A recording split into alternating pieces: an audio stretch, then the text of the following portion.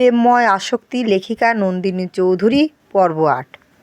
জানালার পাশে বসে আছে মন। দৃষ্টি তার আকাশে ওঠা আজকের বড় গোল চাঁদটার দিকে। এই চাঁদের মতো সেও একা। ছোটবেলায় মা মারা যাওয়ার পর বাবা আরেকটা বিয়ে করে সৎ মা ঘরে আনে। সেই সৎ মায়ের অত্যাচারেই বড় হয়েছে সে। একটা বড় ভাই ছিল, কিন্তু সে বড় ভাই থাকা না থাকা সমান ছিল। মুন যখন ক্লাস 10-এ ওঠে তখন ওর পড়াশোনার খরচ বহন ওর নিজেকে করতে হতো। ক্লাস 10 থেকেই নিজের পড়াশোনার খরচ বহন করেছে। রোদেলার সাথে ওর পরিচয় স্কুল লাইফ থেকেই। দুজনে খুব ক্লোজ ছিল। রোদেলাদের বাসায় প্রায় মুন যেত। রোদেলার মা বাবা মুনকে অনেক ভালোবাসত। রোদেলার মা মুনকে নিজের মেয়ের মতো আদর করত। সে জানত মুনের সৎ মা মুনকে কত অত্যাচার করে। মুন এভাবে রোদেলাদের বাসায় আসা যাওয়া করতে করতে রাফসানকে দেখতে সেই 10ম শ্রেণীতে পড়া কিশোরীর মনে জায়গা করে নিয়েছিল রাফসান নামক যুবকটি। মুন প্রথমে তার এই অনুভূতিগুলো অত পাত্তা দিত না, কিন্তু সময় যত যেতে লাগলো তার অনুভূতিগুলো খুব বেশি প্রখর হতে লাগলো। কিন্তু সে তার মনের কথাগুলো কোনো দিন রাফসানকে বলেনি। ভয় হতো যদি রাফসান তাকে ভুল বুঝে, তাই সে তার মনের কথা আজও বলেনি রাফসানকে। এই না বলার কারণেই আজ রাফসান তার থেকে দূরে চলে গেল। আজ রাফসান অন্য কারো হয়ে যাবে, অন্য কারো স্বামী হয়ে যাবে। অন্য কেউ রাফসানকে নিজের বলে দাবি করবে। এই কথাগুলো ভাবতেই মুনের চোখ জোড়া আবার পানিতে ভরে এলো। আসলে সে তো রাফসানকে ছাড়া থাকতে পারবে না। ভাগ্য এত নিষ্ঠুর কেন? কেন তার সাথেই এমন হয়? মুন চোখের কোণে পানি মুছে নিল। এই কান্না কাকে দেখাবে সে? কেউ নেই দেখানোর মতো। মুন চোখ বুজে শুয়ে পড়ে। মুনের পাশে থাকা রোদেলা এতক্ষণ দেখছিল মুনকে ঘুমের নাটক করে। রোদেলার নিজেরও অনেক কষ্ট হচ্ছে। সে তো জানে মুন কতটা ভালোবাসে রাফসানকে। রোদেলা মনে মনে ঠিক করে নিয়েছে রাফসান আসলে তাকে সে জানাবে মুনের কথা। আর এখন সবার সাথে তাকে তার মাকে জানাতে হবে। মা যদি পারে তার বাবাকে জানাতে, তাহলে এই বিয়েটা হবে না। সকালে কাউসার আর ওর বন্ধুরা বসে আছে, ক্লাসে আড্ডা দিচ্ছে। ক্লাসে বসে ওরা তখন ওর বন্ধু জুনায়েদ ওকে বলল, জুনায়েদ, কিরে মামা, তুই বলে নিশির লোগে প্রেম করতাছস আর আমাগো জানাইলি না? কাউসার, মানে নিশির সাথে কিসের প্রেম করতেছি আমি? জুনায়েদ, ওমা, নিশি দেখি পুরো কলেজ ঘোষণা দিতাছে তুই ওর বয়ফ্রেন্ড আর ও তোর গার্লফ্রেন্ড, আর তুই বলতাছস কিসের প্রেম? কাউসার, কি নিশি সবাইকে এগুলো বলে বেড়াচ্ছে? জুনায়েদ, হ্যাঁ। ওদের কথার মাঝে নিশি আর ওর বান্ধবীরা ক্লাসে আসলো। কাউসার নিশিকে দেখে রেগে ওর কাছে গেল। নিশি কাউসারকে দেখে খুশি হলো, কিন্তু কাউসার নিশিকে একটা থাপ্পড় মারল সবার সামনে আর চিৎকার করে বলল, কাউসার, ইউ স্টুপিড গার্ল, তোমার সাহস হয় কীভাবে পুরো ক্যাম্পাসে মিথ্যা বলার যে আমি আর তুমি বয়ফ্রেন্ড ও গার্লফ্রেন্ড? তোমার মতো ফালতু মেয়েকে আমি কাউসার নিজের বাসায় কাজের মেয়েও মনে করি না। আর তুমি সবাইকে বলতেছো আমি আর তুমি প্রেমিক ও প্রেমিকা? লাইক সিরিয়াসলি জেগে জেগে স্বপ্ন দেখো নাকি? লিসেন, এরপর এরকম করলে একদম সোজা প্রিন্সিপালের কাছে তোমার নামে রিপোর্ট করব। আর এই মেডিকেল কলেজ থেকে তোমাকে টাটা বাই বাই করে দেব। Mind it. আশেপাশে সবাই মুখ টিপে হাসছে নিশিকে দেখে। কলেজের সব থেকে অহংকারী আর বিশ্রী ক্যারেক্টারের মেয়েকে কাউসার এভাবে অপমান করবে কেউ ভাবতে পারেনি। নিশি অপমানে লজ্জায় দৌড়ে চলে যায় ক্লাস থেকে। ক্যান্টিনে বসে আছে কাশফিয়া, রোদেলা আর রুবা গেছে খাবার আনতে। মুন আজকে আসেনি, ওর নাকি ভালো লাগছে না, তাই আসবে না।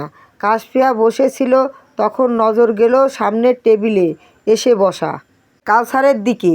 কাউসার রেগে ক্যান্টিনে চলে আসছে জুনায়েদ আর সায়েমকে নিয়ে।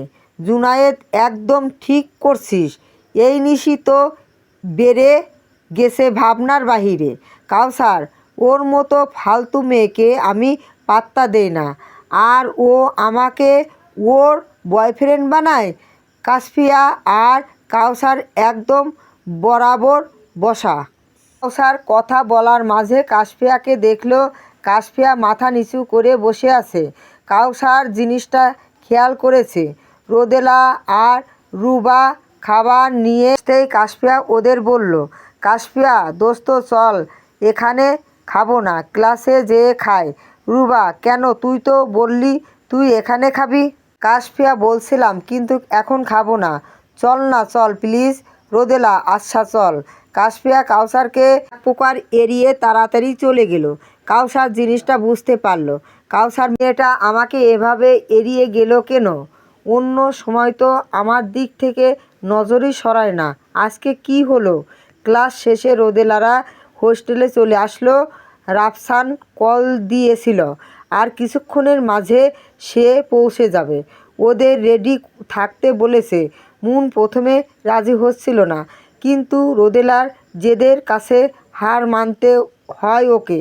কিছু সময়ের মাঝে রাফসান চলে আসে রোদেলাদের হোস্টেলে। রাফসান, রেডি তোরা? রোদেলা, হ্যাঁ আমরা রেডি। রাফসান, তাহলে চলো যাওয়া যাক। তারপর রাফসান রোদেলাদের নিয়ে ওর নিউ ফ্ল্যাটে আসলো, যেটা রোদেলাদের কলেজের উল্টো সাইডে। রাফসান অনেকটা পথ জার্নি করে আসায় ক্লান্ত থাকায় মুনরা নিতে যায়। রাফসান বাহিরে থেকে খাবার নিয়ে এসেছে। মুন এখনও রাফসানের সামনে তেমন যায়নি, আড়ালে আড়ালে থাকছে। রাফসান ফ্রেশ হয়ে এসে সবাইকে নিয়ে খেতে বসলো। এর পুরো ফ্ল্যাটে 4টা রুম আছে। একটা রুম রাফসানের, আরেকটা রোদেলা আর মুন থাকবে, একটাই কাশু আর রুবা থাকবে, অন্যটা ড্রয়িং রুম। খাওয়া শেষে রাফসান নিজের রুমে চলে আসলো। রোদেলা আর মুন সব গুছিয়ে ওদের রুমে আসলো। রোদেলা ফোন হাতে নিয়ে ওর মাকে কল দিল। রোদেলা, আসসালামু আলাইকুম। রোদেলার মা, ওয়ালাইকুম সালাম। কেমন আছিস মা? রোদেলা, ভালো আম্মু, তুমি কেমন আছো? রোদেলার মা, আমিও আলহামদুলিল্লাহ। তোর ভাইয়ার সাথে না তুই? রোদেলা, হ্যাঁ ভাইয়ার সাথে ফ্ল্যাটে আসছি। রোদেলার মা, মুন, রুবা, কাশু কেমন আছে? রোদেলা, আলহামদুলিল্লাহ। আচ্ছা মা, তোমাকে একটা কথা বলার ছিল। রোদেলার মা, বলো মা, কী কথা? রোদেলা, মা, তোমার ভাইয়ার বিয়ে ঠিক করছো, অথচ আমাকে জানাও না। রোদেলার মা, তোর বাবাই হুট করে রাফসানের বিয়ে দিতে চাচ্ছিল, আর রাফসানের বিয়ের বয়স তো হয়েছে, তাই আর কি। তোর ভাই তোকে মেয়ের ছবি দেখায়নি এখনও? রোদেলা, দেখাবে বসে, ভাইয়া এখন ঘুমাচ্ছে। কিন্তু মা, তুমি কি ভাইয়াকে জিজ্ঞেস করছিলে তার কোনো পছন্দ আছে কি না? রোদেলার মা, হ্যাঁ করছিলাম তো, ও বলেছে ওর কোনো পছন্দ নেই। তাই তো তোর বাবা তার বন্ধুর মেয়ে রিয়ার সাথে ওর বিয়ে ঠিক করেছে। আর তোর ভাইয়াও রিয়াকে পছন্দ হয়েছে। রিয়াও তো ঢাকা যাচ্ছে। রোদেলা, রিয়া ঢাকা আসছে?